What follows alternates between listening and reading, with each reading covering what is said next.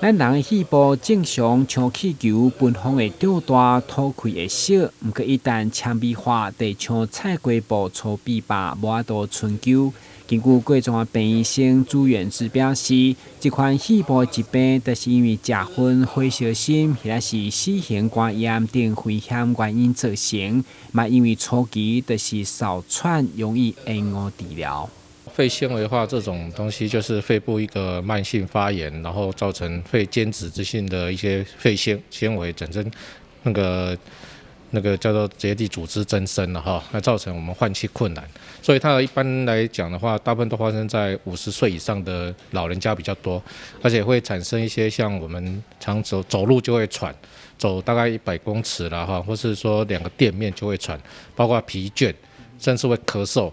这个症状呢，是不是很典型？像我们一些像慢性阻塞性肺阻塞性的疾病也会出现这种情况，甚至心衰竭也会出现这种情况。但是只要照一个 X 光才有一个特异性的变化，包括说网状的变化在下肺叶的地方产生毛玻璃状的现象，然后再加上我们再进一步的问他的病史，还有一些接触史，还有一些危险因子的暴露。就因为镜头容易动作其他疾病，所以嘛影响菜瓜布鱼的治疗，造成高死亡率。不过现在已经有2种新药会当降低恶化，成为患者一大福音。有2种新药，一个叫做比乐活定，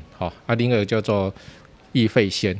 这2个药物是可以降低我们肺纤维化的一些药物，它主要是抑制我们纤维母细胞产生活化。我们知道纤维母细胞活化会产生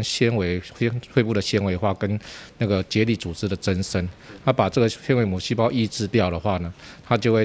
降低这个纤维化的进展，它可以降低很大的问题，就是说降低它的急性发作的比例，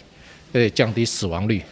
甚至存活率会增加。那为什么会降低急性发作会降低死亡率？因为急性发作常常是要这个肺纤维化病人的命，急性发作之后常1次到2次，病人就会死亡，进展就会很快。所以降低急性发作、增加肺功能是它的这2个药物都有一个共同的效果，都在这里。所有疾病拢同款，早发现早治疗，除了降低恶化风险，嘛提供患者治疗以后较好的生活品质。台湾新闻，阮是林盈光采访过的。